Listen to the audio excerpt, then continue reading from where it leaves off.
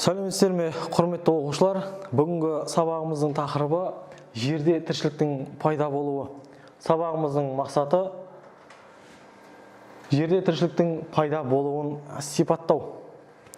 Ғылымда ең маңызды сұрақтардың бірі жерде тіршілік қалай және қашан пайда болды деген сұрақ.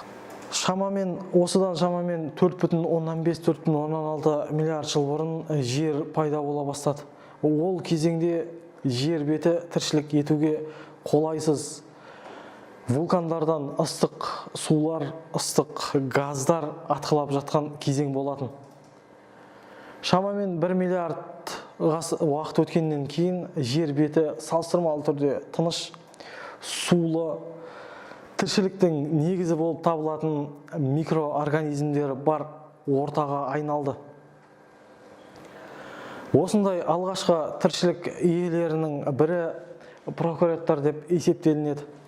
Прокариоттар жер бетінде ядросы толық қалыптаспаған, қазіргі бактерияларға ұқсас алғашқы тіршілік иелері. Прокариоттар оттегімен тыныс алмайтын анаэробты жәндіктер болып табылады. Осы прокариоттардан эукариоттар пайда болды деп есептелінеді.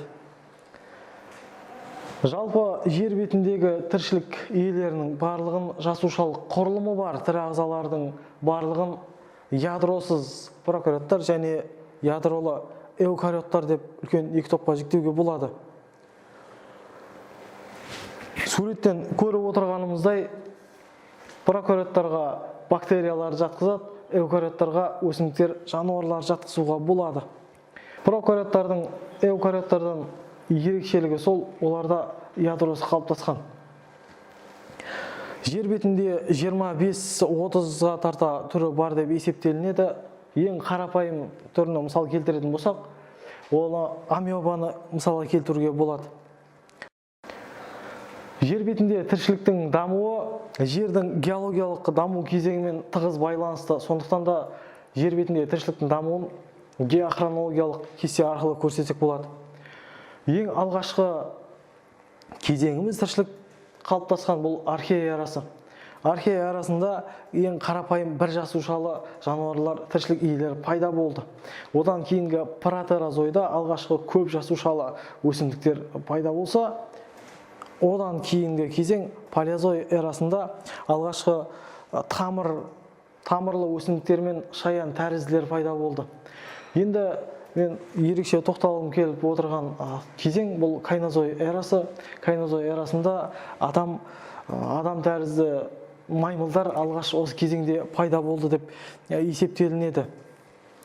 Кайнозой эрасы 3 кезеңге жіктелген: палеоген, неоген және антропоген деген кезеңдер. Антропогенді тағы да 4 кезең деп те айтамыз.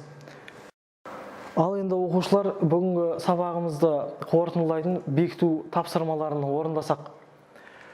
Бірінші тапсырмамыз сәйкестендіру тапсырмасы. Прокариоттар мен эукариоттарға мысалдар келтіріңіз.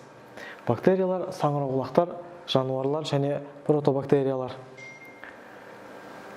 Егер тапсырманы дұрыс орындасаңыздар, прокариоттарға бактериялар мен протобактериялар жатады, және эукариоттарға саңырауқұлақтар мен жануарлар жатады деген жауап сіздерде шығуы керек.